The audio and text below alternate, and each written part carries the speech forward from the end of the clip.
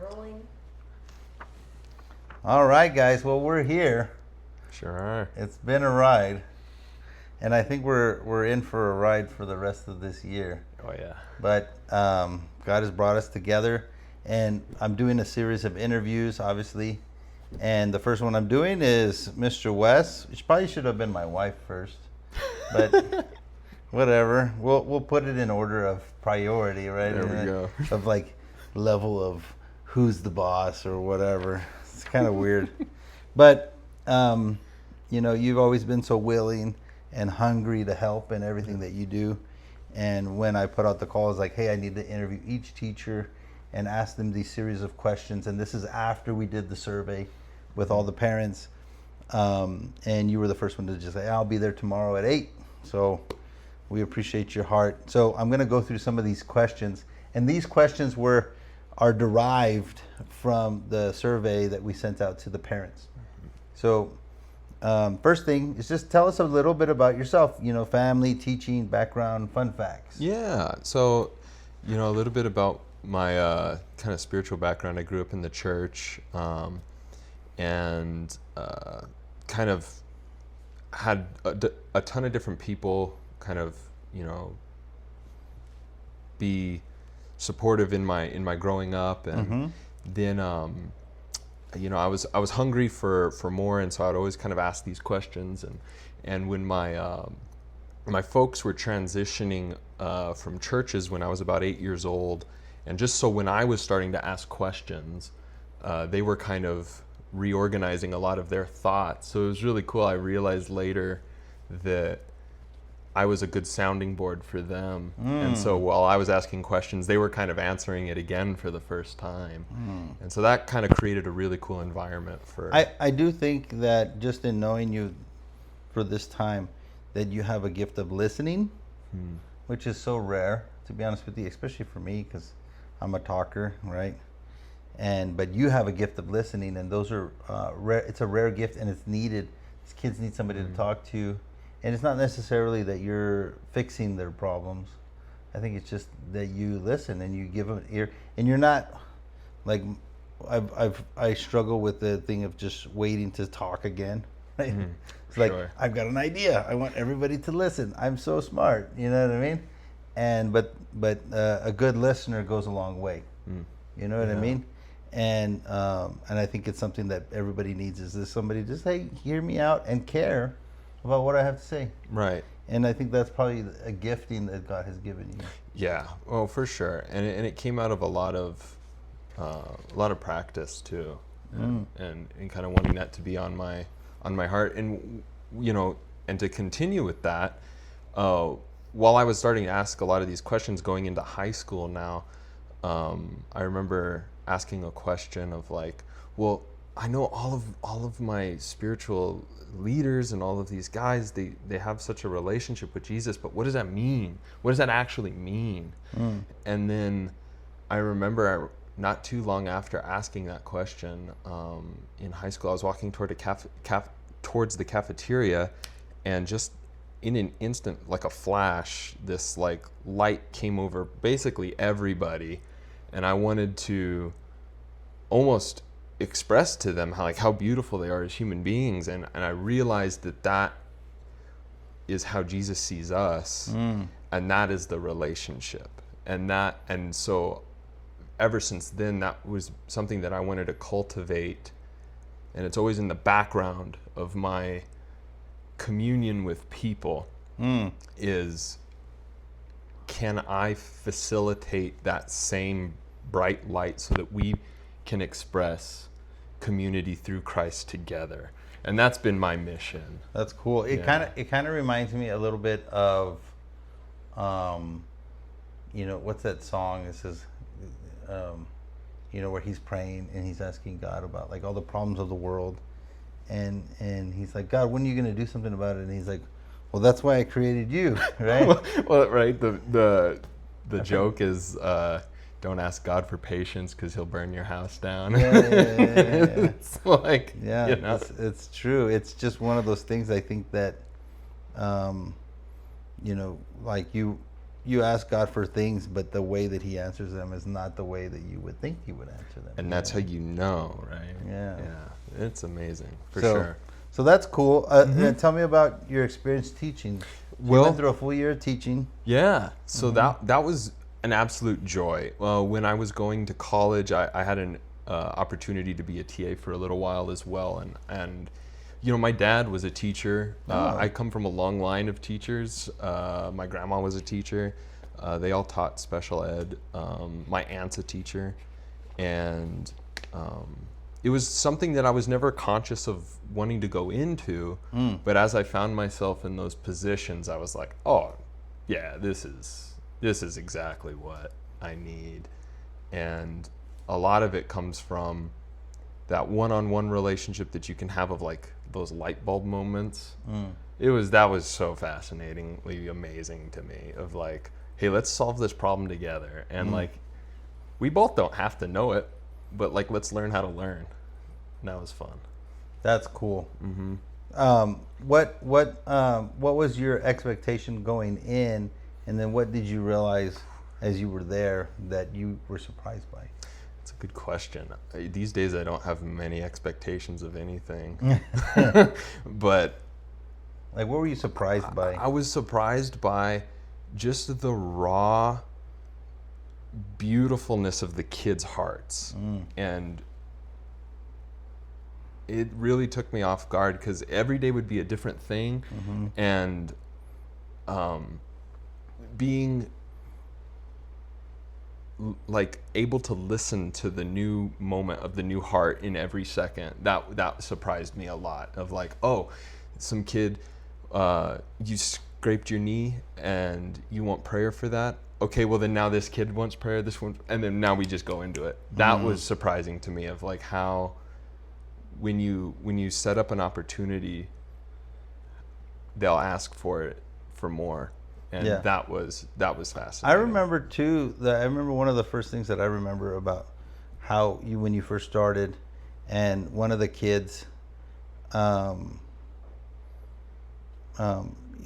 an issue that day, and then you came to me and you were like, "Dude, I just had the most amazing day in class, the most amazing class," and I was like, "Yeah, what's going on?" And you were telling me this kid was going through some stuff, and you paused the class, and you all kind of prayed together, and then another kid started sharing about something else that they're going through, right? And then another kid started sharing, and I believe it was 3rd and 4th grade. It was 3rd and 4th. Yeah, and which is not the grade you think any of these things are going to happen. No, but the amount of detail and their perception of their realities that they were able to communicate was so vivid. I mean, we were all kind of crying afterwards, and it was like, but then it was important for me to be like, okay, well, what you've heard here, you all have a responsibility to not use this against each other. Yeah, because people were like is, revealing things that they're struggling with. it was heavy. And so I was like, okay, what you do with this is you don't let it be heavy. You go into prayer with this, and then you hold everyone in the light here, and this is how we build community. This is how we build each other up, because everybody has these things, and look what you've realized from these stories is everybody has this, and then honestly, I feel like a big way that Isaac, I'm going to say his name, kind of got through some of his major trauma is in that class. It was always so much conflict. Yeah. And I think you in doing that, you know, and I don't know, I wasn't in there, so I don't know who said what, and you never mentioned, but I saw a difference in how he started the year and how he ended the year. I had a lot of really awesome one-on-ones with him. Yeah, okay. Yeah, I really did. I'd pull him out and I'd be like, dude, tell me what's going on here. And those are the best stories, is when you're able to break things off of kids' lives. Yeah. And they're able to walk in a newness of life. You know what I mean? And he was one of those ones when I first started early on. Now, I didn't really teach him my first year, but this last year, the 3rd year that I taught, I had him in class because I was doing PE, and I saw a transformation in from when I first met him to the end of this year, where he still struggles with things, and he's not he doesn't get it all under control. We never do. But he got to a point where he was able to fully realize that, you know, that it's not over, and he's got and he was able to manage it in That's a big. way, his anger, where he would just go and take a break, you know, or go find Miss Beck and sit in her office for an hour, and then he was back normal. And then the kids gave him the room, That was and big. that's why it made me think of it. The kids gave him the room and allowed him to come back in. Yeah. You know what I'm saying? 100%. And I think a lot of that goes to being a safe space for kids to be vulnerable, because we're with them 8 hours a day. Right. To be vulnerable, to be open, to be transparent, to share and grow together. You know, if we're going to spend this much time with their kids, you know, and these kids, you know, we're going to get in the mix of it. 100%. Yeah, things are going to come out, right? Yeah, like Well- to think otherwise, it's just going to be, we're just going to talk about math and English for 8 hours for 175 days a year. Yeah. And that's all we're going to talk about when you come to my class. And don't bring up anything. Like, remember, there's a teacher that was like that. And I was like, bro, like, that's not what this is all about. Like, yes, the kids want to learn. Well, they don't want to learn math. But yes, the kids need to learn math, right?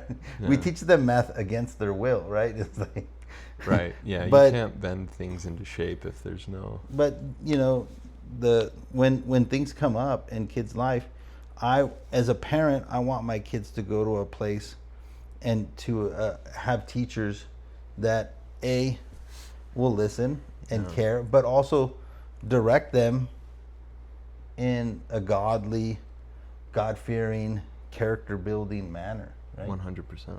Right? So praise God. That's what. Okay, we're gonna move on because these are supposed to be 15 minutes. We're gonna be here for 2 hours, Mr. West. Okay. When did you realize God called you to teach? Yeah, I mean, as soon as I did that one class in college. I mean, So it was before you came. it was definitely in the background where Okay. I had a conversation with my aunt about it, and she has a real gifting of being able to speak into someone's life. And I remember I was just explaining something about just kind of the course load I was learning, and she's like, "Man, you really have the gift." And I was like, I just kind of put spoke that it over you. She spoke it over me. Wow. And then so the bug was in there, kind of in the back of my head. And then after the first couple weeks of school, I texted her and I was like, just going over some of the things, and she goes, "Yeah, you've got the sickness and there's no cure." And so I was like, she knew exactly what. And it was heavy. It is. We're like gluttons for punishment. You know what I mean? Like, I know exactly what you mean. coming from like a business world, it's one of those things. Just like where I literally had one of this guy I used to do a lot of business with, Saban. If you're watching, he owns a mortgage company. He's been doing it since I've been doing it, like in 2004, maybe wow. before. Yeah. And but he was on the mortgage side. I was on the real estate investing, flipping, wholesaling side. And he just texted me. He's like, "Bro, did you die?" He's like, "Where have you been?" Yeah. Like, because me and him dominated the market for 15 years. Like, Wow. pretty much there was nobody in like the hard money industry that was doing more volume than he was, and there was nobody in the wholesaling industry that was doing more volume than me. And I just left it all, Right. and it's like, and he's like, "Bro, did you die?" That's Like, it's like, awesome. no, he sent me it on Facebook Messenger. I was like, "No, I'm still alive." And he's Yeah. like, "Where have you been? Like, what are you doing?" Like, Yeah. And That's so it was awesome. just kind of funny. Like, Yeah. when you get the sickness, it's a sickness for sure. Okay. What do you love most about working with kids? Oh my gosh. Just for me, it's about their spontaneity, their creativity, their willingness to have absurd ideas. And I think it, like, there's such a reason why Jesus says, like, you know, take care of my kids. And I think you can let them translate their existence into your being just by coexisting with them. And in doing that, I think honestly, me and you do that the best. sure, Not to be weird, but like, be a kid. it's a stance. It's something that you have to, within your spirit, you get to consent to, and you say, like, allow me into this space. Okay, I'm gonna tell you a story. This was just because parents, you know, you talk so philosophically, you know, sometimes. Yeah. But I'm gonna give you an example, parents. I remember it was like the first 2 weeks of him being at school, and Ryan comes up to me, and he's all excited. He's like, Mr. Beck, Mr. West is so awesome. And I was like, yeah, why? He's like, he was racing us in the playground, and then he fell, and he fell all ugly. It was so funny. He's like, we thought he was gonna have to go to the hospital.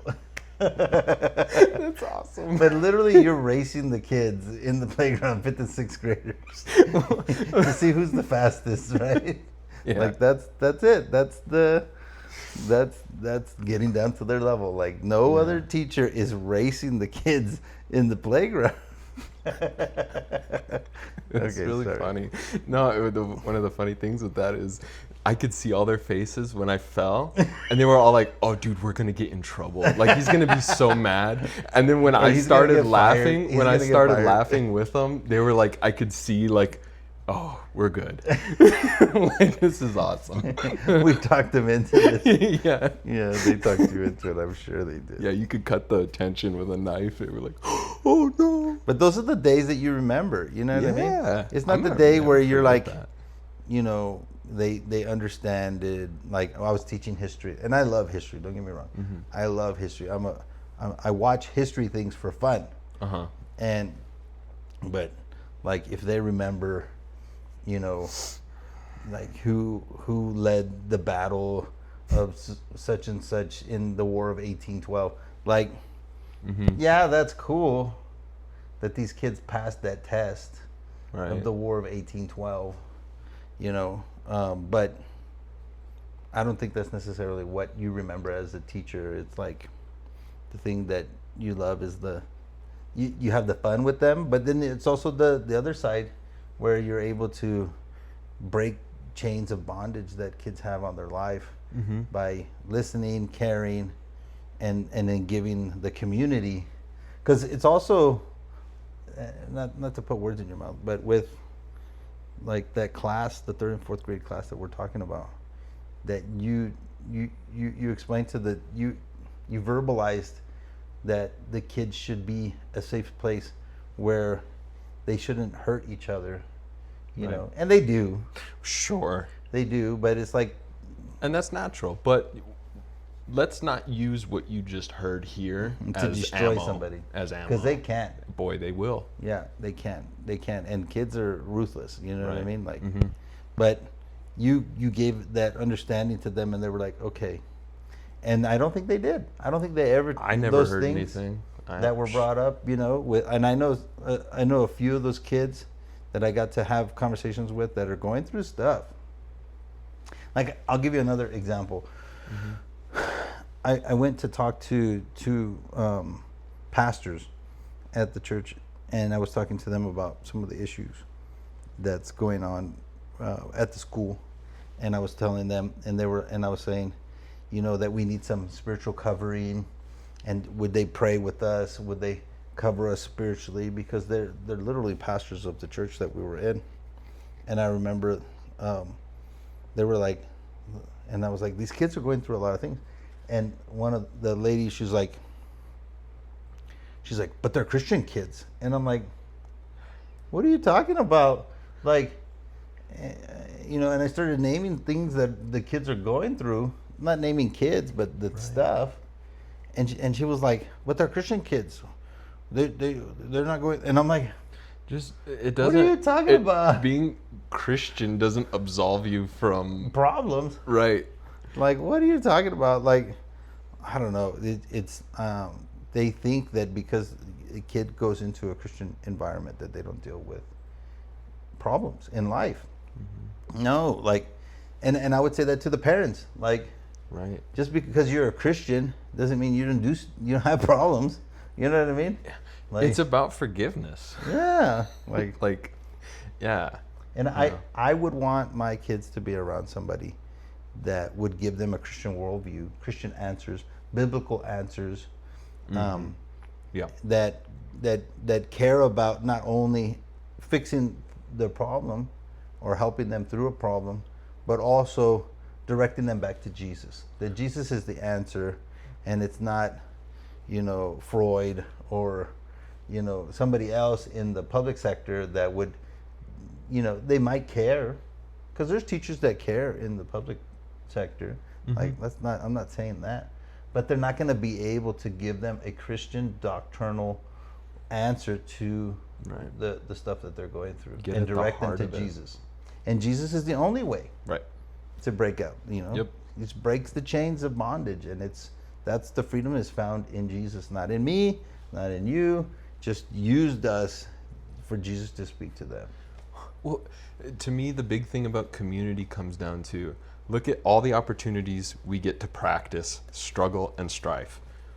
And now we just get a little bit better. It doesn't mean that they're going to absolve themselves out of our realities. It's like, oh, we get to practice, and maybe every time we get a little bit better and a little bit more aware of Jesus covering over us when we go into those things. Now, I would say this is that obviously the number one discipler of your children are you as a parent, Right. for sure. Right. We're an assistant. We're, sixth man on the bench.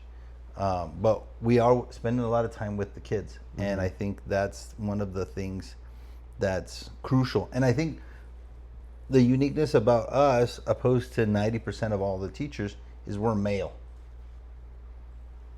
Like, let's be honest, right? The maleness of teachers is rare. Right. You know what I mean? It is. Like, and I think that a lot of teachers, a lot of students need a healthy male role model, and they're so hungry for it, especially the ones that don't have dads. Yeah. You know what I mean? And they just gravitate to you. Totally. You know. I totally experienced that.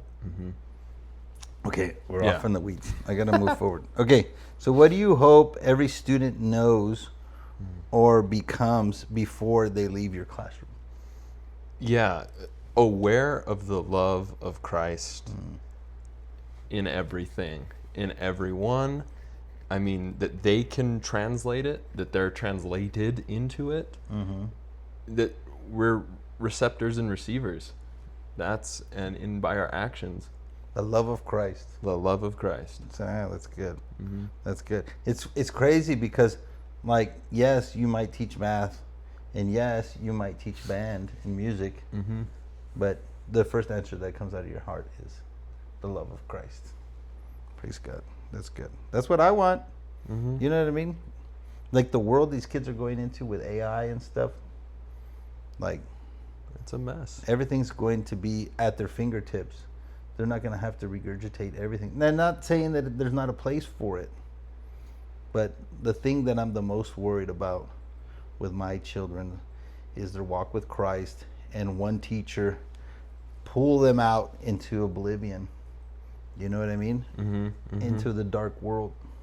Okay, so cool. How do you believe parents and teachers should partner together? You know, this is totally one thing for me I felt was a blind spot in kind of how I was positioning myself this last year. And I think for me, ideally, it would look like, okay, you know your kiddos the best. And what can I do to position myself? Now, granted, I can't be like uniquely teaching everyone. That's just not possible. However, for where that I can do that, I need that input, and so that we can be in a communication so that, if so and so learns best this way. Okay, let's restructure that. And maybe there's a couple kiddos that work that way. So then let's group them here. Let's group the ones here, and then I can start kind of moving things like that, and just being more communicative of kind of what's going on in the classroom, and then within the biblical worldviews too. It's like, oh, this is what you're working on right here. Well, I'll be aware of these lessons. And when they show up, I'll be like, hey, look at that one. Love your neighbor. That kind of thing.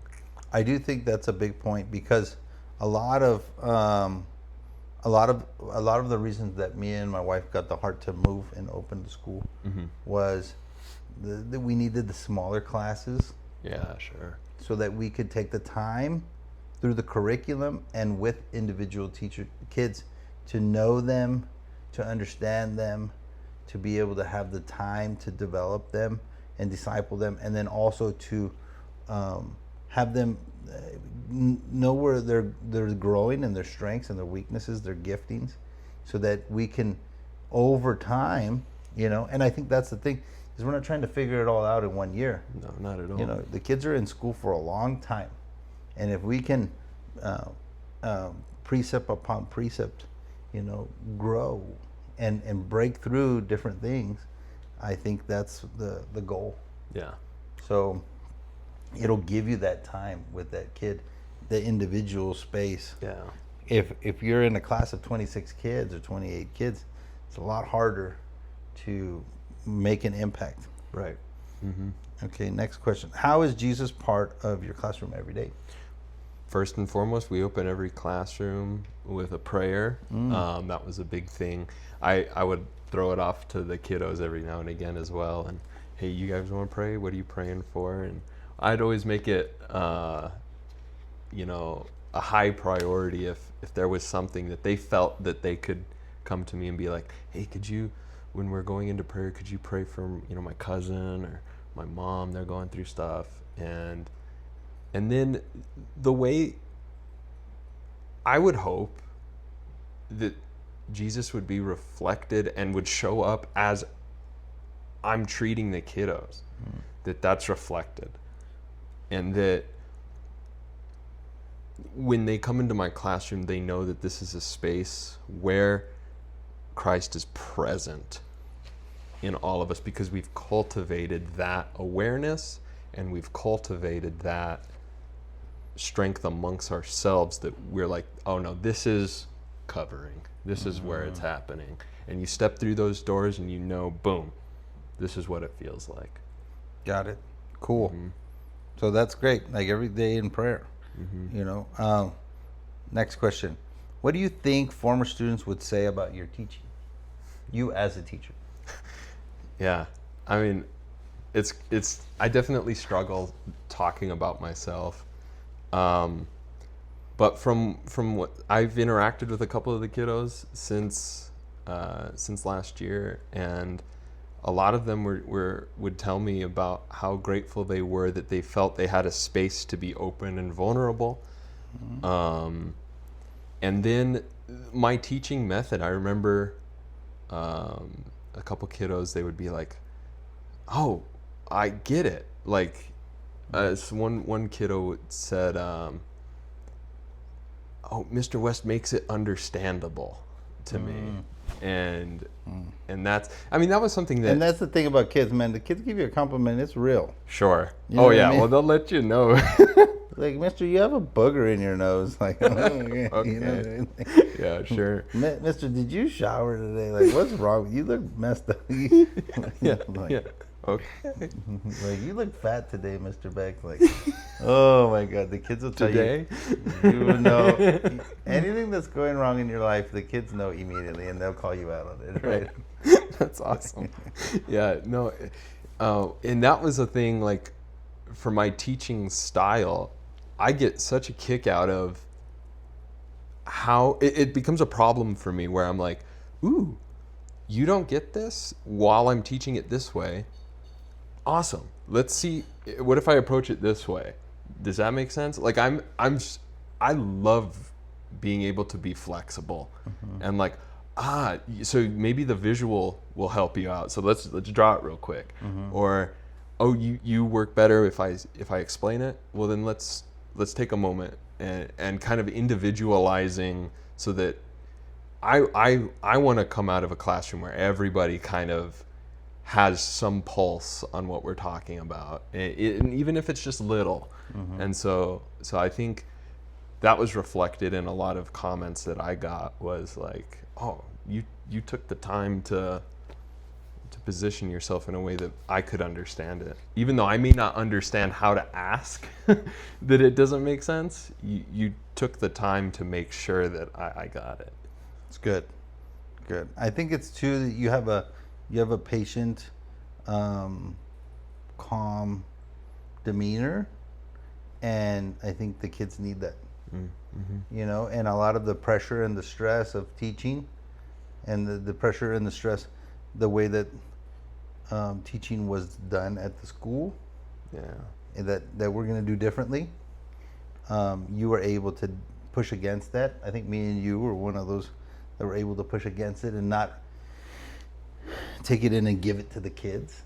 You know what I mean? Yeah, you definitely have to be able to separate that. You got to filter it, you know. And okay, we got 2 more questions and then we'll move on. So what do you regularly pray over the students? This is awesome. I mean, I go into prayer every day, and I'm always carrying the students with me. Like, there's not a day where I don't think about somebody. And you know, a couple kiddos had some real tough stuff, and I'm trying to think about it, and I'd be hard pressed to say that I didn't at least once a day think about the kiddo situation. And so I'm always praying for covering, for healing, for peace, for an exhale, a moment of being able to exhale. Because sometimes it's rough. You're so pent up, it feels like you just can't breathe sometimes. And I get the visual on that. yeah. That's good. Okay, last one. So it says here, look into the camera directly. Speak directly to parents. Gotcha. No pressure. What would you want every parent to know before trusting you with their child? It's a hardcore question. What would you want every parent to know before they trust you with your child? Because it is, bro. It is that handoff. I remember when we dropped the kids off at the school for the first time, I was like, oh, you know what I mean? Yeah. It's that thing. So what do you want them to know? That I'm not afraid of the reality of the situations that the world brings, and it's an opportunity for me to spread and share the love of God. That no moment is too big or too intense for there to be a lesson of Christ to come through, and that the intentions and the goals and the gifts of your kiddos, I'm going to do everything that I can to facilitate that, to listen to them, and to, as much as I can position myself, see those goals flourish and be supportive in any way. Yeah. Cool. Well, we appreciate you. I definitely have grown to love you and appreciate your life and your joy and your light that you share everywhere you go. You know, it lightens the room, and it's very reminding of my daughter.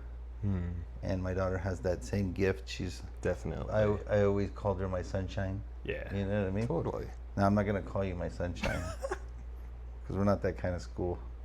But but I do appreciate your light, and I do think that you carry a joy, and that joy is birthed. And I know a little bit about your story, and I'm not going to tell everybody, but your joy is birthed through pain that you dealt with growing up. Yep. In some dark places, and and that's why I feel like it's so genuine, you know, and that's why video is great, Yeah. because you can't hide that. Sure. And if you do an uncut, you know, 30, 45-minute interview, you can't fake that funk. You know what I mean? No, totally. And but you carry that, and the kids know it, and that's why they gravitate to it, and it's good, man. It's needed in this day and age. Yeah. We appreciate you. Appreciate you. Okay. Yeah. See you guys at the next one. God bless you. Bye.